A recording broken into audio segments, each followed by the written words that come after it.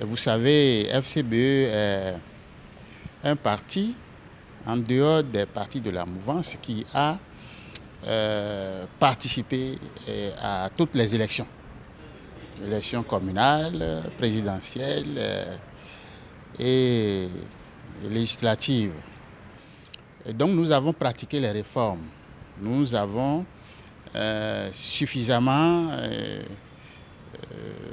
éprouvé ces réformes. Nous sommes mieux placés pour donc dire ce qui n'a pas marché, ce qu'on peut faire pour que le pays, au plan politique, se porte mieux.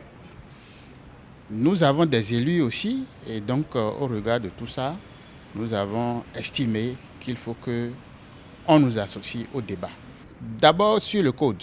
Sur le code, nous avons une proposition simple qui pourrait permettre de contourner l'obligation d'aller vers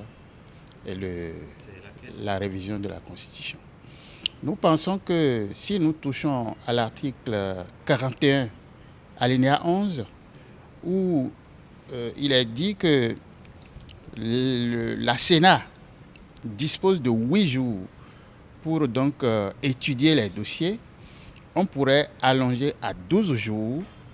Les 12 jours ajoutés à la date 5, où les dépôts de dossiers de candidats doivent se faire, pourraient permettre que tous les élus de 2026 soient déjà en place et que les candidats qui, entre-temps, auraient déposé les dossiers le 5 puissent donc compléter les pièces de leur dossier par les formulaires de parrainage.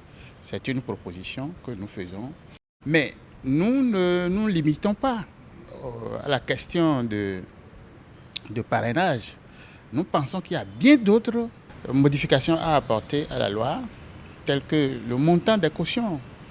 Nous plaidons à ce qu'on revoie un peu les montants. Au-delà de ça, nous avons bien d'autres propositions que nous avons. Par rapport à la Constitution, nous estimons que, autant que faire se peut, que nous puissions l'éviter. Éviter la révision de la Constitution dans la situation actuelle. Et voilà qu'une proposition est déposée. Et je crois que cette propension, cette prédisposition du peuple à ne pas accepter une révision doit prévaloir et nous allons voir comment les débats vont se faire. De toute façon, pour nous autres, il n'est pas question d'aller vers la révision de la Constitution.